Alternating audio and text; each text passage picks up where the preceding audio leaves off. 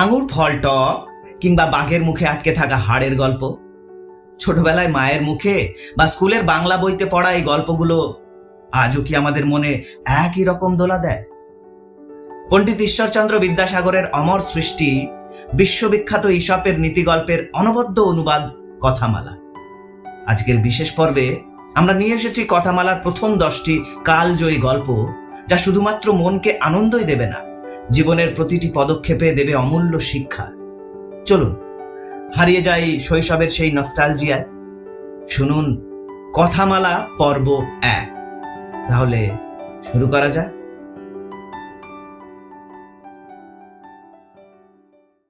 শ্রীগাল ও দ্রাক্ষা ফল।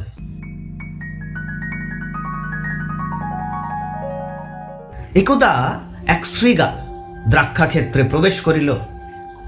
দ্রাক্ষা ফল অতি মধুর, সুপক্ক ফল সকল দেখিয়া ওই ফল খাইবার নিমিত্ত শ্রীগালের অতিশয় লোভ জন্মিল। কিন্তু ফল সকল অতি উচ্চে ঝুলিতেছিল, সুতরাং ওই ফল পাওয়া শ্রীগালের পক্ষে সহজ নহে। লোভের বশীভূত হইয়া ফল পাড়িবার নিমিত্ত শ্রীগাল যথেষ্ট চেষ্টা করিল, কিন্তু কোন ক্রমে কৃতকার্য হইতে পারিল না। অবশেষে ফল প্রাপ্তির বিষয়ে নিতান্ত নিরাশ হইয়া এই বলিতে বলিতে চলিয়া গেল, দ্রাক্ষা ফল অতি বিস্বাদ ও অম্ল রসে পরিপূর্ণ।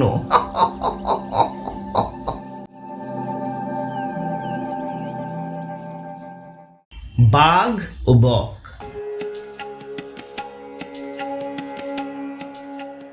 একদা এক বাঘের গলায় হাড় ফুটিয়াছিল। বাঘ যথেষ্ট চেষ্টা করিল, কিছুতেই হাড় বাহির করিতে পারিল না। যন্ত্রণায় অস্থির হইয়া চারিদিকে দৌড়াইয়া বেড়াইতে লাগিল। সে যে জন্তুকে সম্মুখে দেখে তাহাকেই বলে, ভাই, যদি তুমি আমার গলা হইতে হাড় বাহির করিয়া দাও, তাহা হইলে আমি তোমায় বিলক্ষণ পুরস্কার দিব এবং চিরকালের জন্য তোমার কেনা হইয়া থাকিব।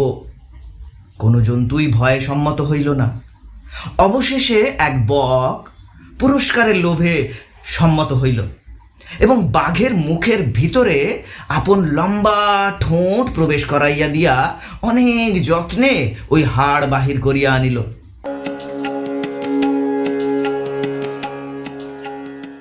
বাঘ সুস্থ হইল। বক পুরস্কারের কথা উত্থাপিত করিবা মাত্র সে দাঁত কড়মড়, চক্ষু রক্তবর্ণ করিয়া বলিল, আরে নির্বোধ, তুই বাঘের মুখে ঠোঁট প্রবেশ করাইয়া দিয়াছিলি। তুই যে নির্বিঘ্নে ঠোঁট বাহির করিয়া লইয়াছিস, তাহাই ভাগ্য বলিয়া না মানিয়া আবার পুরস্কার চাহিতেছিস। যদি বাঁচিবার স্বাদ থাকে আমার সম্মুখ হইতে যা, নতুবা এখনই তোর ঘাড় ভাঙিব। বক শুনিয়া হতবুদ্ধি হইয়া তৎক্ষণাৎ তথা হইতে প্রস্থান করিল। অসতের সহিত সৎ ব্যবহার করা ভালো নয়।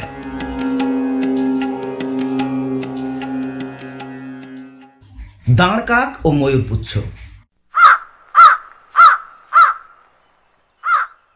এক স্থানে কতকগুলি ময়ূরপুচ্ছ পড়িয়াছিল। এক দাঁড় কাক দেখিয়া মনে মনে বিবেচনা করিল, আমি যদি এই ময়ূর পুচ্ছগুলি আপন পাখায় বসাইয়া দিই, তাহা হইলে আমিও ময়ূরের মতো সুশ্রী হইব। এই ভাবিয়া দাঁড় কাক ময়ূর পুচ্ছগুলি আপন পাখায় বসাইয়া দিল এবং দাঁড় কাকের নিকটে গিয়া, তোরা অতি নীচ, অতি বিশ্রী, আর আমি তোদের সঙ্গে থাকিব না, এই বলিয়া গালাগালি দিয়া ময়ূরের দলে মিশিতে গেল। ময়ূরগণ দেখিবা মাত্র তাহাকে দাঁড় কাক বলিয়া বুঝিতে পারিল। সকলে মিলিয়া তাহার পাখা হইতে একটি একটি করিয়া ময়ূরপুচ্ছ তুলিয়া লইল এবং তাহাকে নিতান্ত নির্বোধ স্থির করিয়া এত ঠোকরাইতে আরম্ভ করিল যে দাঁড় কাক জ্বালায় অস্থির হইয়া পলায়ন করিল। অনন্তর সে পুনরায় আপন দলে মিলিতে গেল। তখন দাঁড় কাকেরা উপহাস করিয়া বলিল, ওরে নির্বোধ, তুই ময়ূরপুচ্ছ পাইয়া অহংকারে মত্ত হইয়া আমাদিগকে ঘৃণা করিয়া ও গালাগালি দিয়া ময়ূরের দলে মিলিতে গিয়েছিলি। সেখানে অপদস্থ হইয়া আবার আমাদের দলে মিলিত হইতে আসিয়াছিস? তুই অতি নির্বোধ ও নির্লজ্জ। এইরূপে যথোচিত তিরস্কার করিয়া তাহারা সেই নির্বোধ দাঁড়কাককে তাড়াইয়া দিল।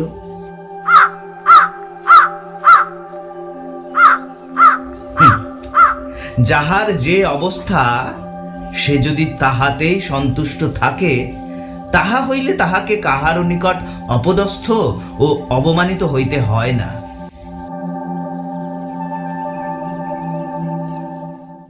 শিকারী কুকুর। এক শিকারীর একটি অতি উত্তম শিকারী কুকুর ছিল। তিনি যখন শিকার করিতে যাইতেন, কুকুরটি সঙ্গে থাকিত। ওই কুকুরের বিলক্ষণ বল ছিল। শিকারের সময় কোনো জন্তুকে দেখাইয়া দিলে সেই জন্তুর ঘাড়ে এমন কামড়াইয়া ধরিত যে উহা আর পালাইতে পারিত না। যতদিন তাহার শরীরে বল ছিল, সে এই রূপে আপন প্রভুর যথেষ্ট উপকার করিয়াছিল। পরে কুকুর রুগ্ন হইয়া অতিশয় দুর্বল হইয়া পড়িল। এই সময় তাহার প্রভু একদিন তাহাকে সঙ্গে লইয়া শিকার করিতে গেল। এক বন্য শূকর সম্মুখ হইতে দৌড়াইয়া পালাইতে লাগিল। শিকারী ইঙ্গিত করিবা মাত্র কুকুর দৌড়াইয়া গিয়া শূকরের ঘাড়ে কামড়াইয়া ধরিল, কিন্তু পূর্বের মতো বল ছিল না, এজন্য ধরিয়া রাখিতে পারিল না। শূকর অনায়াসে ছাড়াইয়া চলিয়া গেল। শিকারী ব্যক্তি ক্রোধে অন্ধ হইয়া কুকুরকে তিরস্কার করিতে আরম্ভ করিলেন।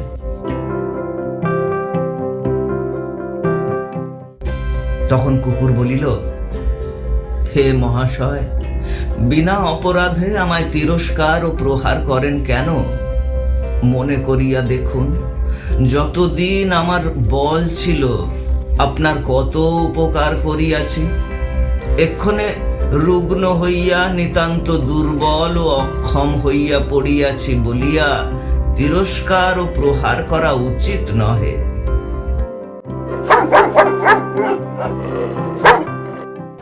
অশ্ব ও অশ্বপাল।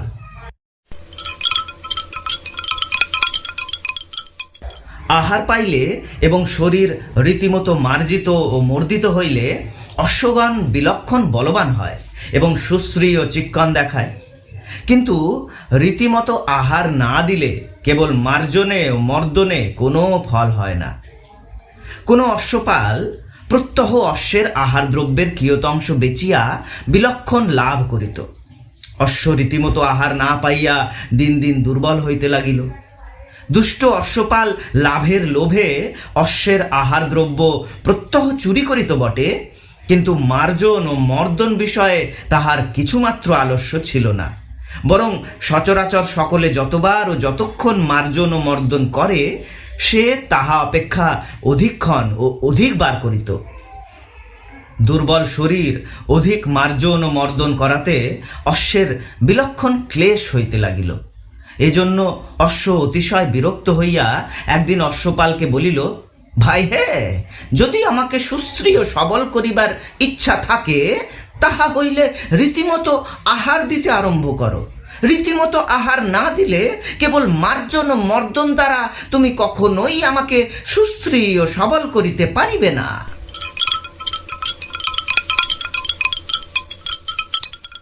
সর্প ও কৃষক। শীতকালে এক কৃষক অতি প্রত্যুষে ক্ষেত্রে কর্ম করিতে যাইতেছিল।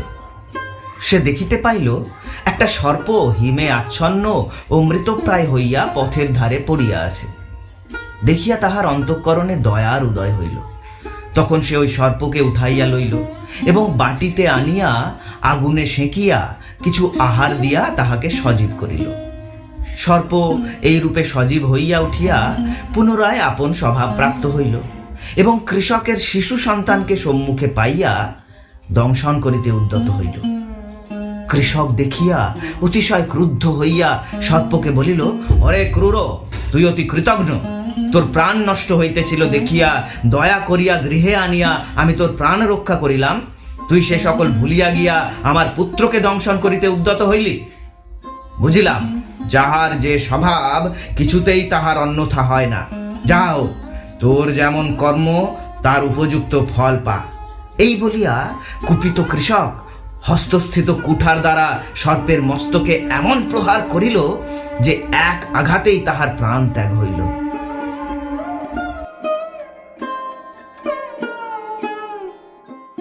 কুকুর ও প্রতিবিম্ব।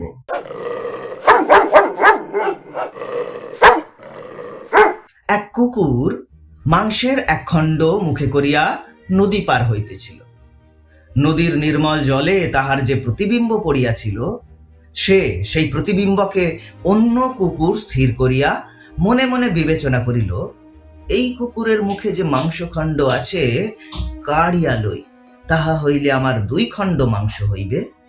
এইরূপ লোভে পড়িয়া মুখ বিস্তৃত করিয়া কুকুর যেমন অলিক মাংসখণ্ড ধরিতে গেল, অমনি উহার মুখস্থিত মাংসখণ্ড জলে পড়িয়া স্রোতে ভাসিয়া গেল। তখন সে হতবুদ্ধি হইয়া কিয়ৎক্ষণ স্তব্ধ হইয়া রহিল। অনন্তর এই বলিতে বলিতে নদী পার হইয়া চলিয়া গেল। যাহারা লোভের বশীভূত হইয়া কল্পিত লাভের প্রত্যাশায় ধাবমান হয়, তাহাদের এই দশাই ঘটে।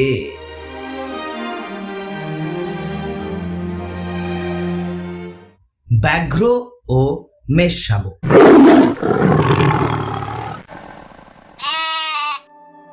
এক ব্যাঘ্র পর্বতের ঝর্ণায় জলপান করিতে করিতে দেখিতে পাইল, কিছু দূরে নিচের দিকে এক মেষ শাবক জলপান করিতেছে।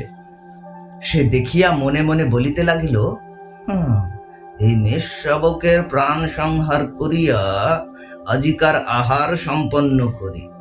কিন্তু বিনা দোষে একজনের প্রাণ বধ করা ভালো দেখায় না, অতএব একটা দোষ দেখাইয়া অপরাধী করিয়া উহার প্রাণ বধ করিব। এই স্থির করিয়া ব্যাঘ্র সত্তর গমনে মেষ শাবকের নিকটে উপস্থিত হইয়া বলিল, আরে দুরাত্মন, তোর এত বড় আস্পর্ধা যে আমি জলপান করিতেছি দেখিয়াও তুই জল ঘোলা করিতেছিস। মেষ শাবক শুনিয়া ভয়ে কাঁপিতে কাঁপিতে বলিল, সে কি মহাশয়, আমি কেমন করিয়া আপনকার পান করিবার জল ঘোলা করিলাম? আমি নিচে জল পান করিতেছি, আপনি উপরে জল পান করিতেছেন। নিচের জল ঘোলা করিলেও উপরের জল ঘোলা হইতে পারে না। বাঘ বলিল, হে যাহা হোক, তুই 1 বৎসর পূর্বে আমার অনেক নিন্দা করিয়াছিলি, আজ তোরে তাহার সমুচিত প্রতিফল দিব। মেষ শাবক কাঁপিতে কাঁপিতে বলিল, আপনি অন্যায় কথা বলিতেছেন। 1 বৎসর পূর্বে আমার জন্মই হয় নাই, সুতরাং তৎকালে আমি আপনাকার নিন্দা করিয়াছি, ইহা কি রূপে সম্ভব হইতে পারে? বাঘ বলিল, সত্য বটে, সে তুই নহিস, তোর বাপ আমার নিন্দা করিয়াছিল। তুই কর আর তোর বাপ করুক, একই কথা, আর তোর কোনো ওজর শুনিতে চাহি না। এই বলিয়া বাঘ ওই অসহায় দুর্বল মেষ শাবকের প্রাণ সংহার করিল।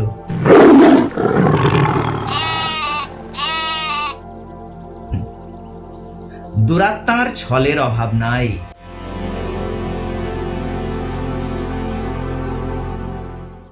মাছি ও মধুর কলসি।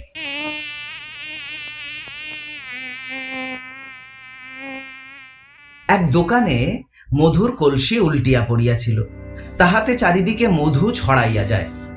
মধুর গন্ধ পাইয়া ঝাঁকে ঝাঁকে মাছি আসিয়া সেই মধু খাইতে লাগিল। যতক্ষণ 1 ফোঁটা মধু পড়িয়া রহিল, তাহার ওই স্থান হইতে নড়িল না।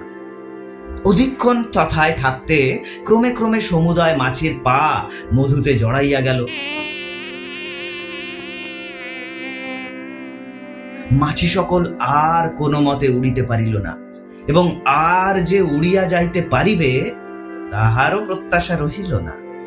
তখন তাহারা আপনাদিগকে ধিক্কার দিয়া দিয়া আক্ষেপ করিয়া বলিতে লাগিল, আমরা কি নির্বোধ, ক্ষণিক সুখের জন্য প্রাণ হারাইলাম।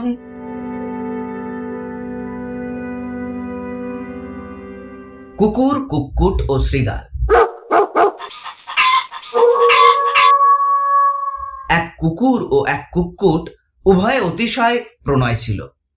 একদিন উভয়ে মিলিয়া বেড়াইতে গেল। এক অরণ্যের মধ্যে রাত্রি উপস্থিত হইল। রাত্রি যাপন করিবার নিমিত্ত কুক্কুট এক বৃক্ষের শাখায় আরোহণ করিল। কুকুর সেই বৃক্ষের তলে শয়ন করিয়া রহিল।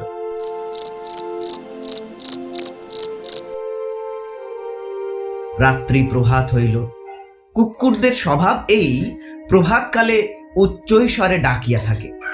কুক্কুট শব্দ করিবা মাত্র এক শৃগাল শুনিতে পাইয়া মনে মনে স্থির করিল, কোন সুযোগে আজ এই কুক্কুটের প্রাণ নষ্ট করিয়া মাংস ভক্ষণ করিব।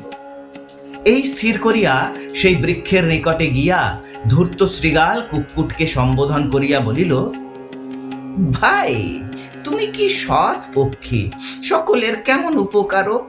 আমি তোমার স্বর শুনিতে পাইয়া আহ্লাদিত হইয়া আসিয়াছি। এক্ষণে বৃক্ষের শাখা হইতে নামিয়া আইসো, দুজনে মিলিয়া খানিক আমোদ আহ্লাদ করি।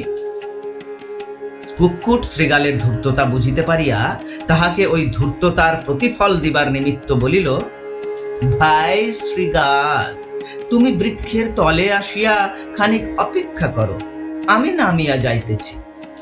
শৃগাল শুনিয়া হৃষ্টচিত্তে যেমন বৃক্ষের তলে আসিল, অমনি কুকুর তাহাকে আক্রমণ করিল এবং দন্তাঘাতে ও নখপ্রহারে তাহার সর্বশরীর বিদীর্ণ করিয়া প্রাণ সংহার করিল।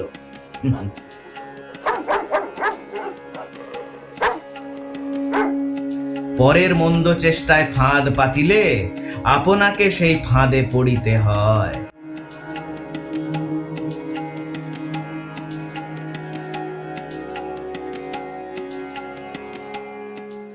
তো দর্শক ও শ্রোতা বন্ধুরা, কেমন লাগলো এই ছোট্ট প্রয়াস অবশ্যই আপনারা কমেন্ট করে জানাবেন। যদি ভালো লাগে তাহলে লাইক করবেন, এবং অবশ্যই যদি অন্যদের সাথে শেয়ার করে নিতে ইচ্ছা করে তাহলে অবশ্যই শেয়ার করে নেবেন।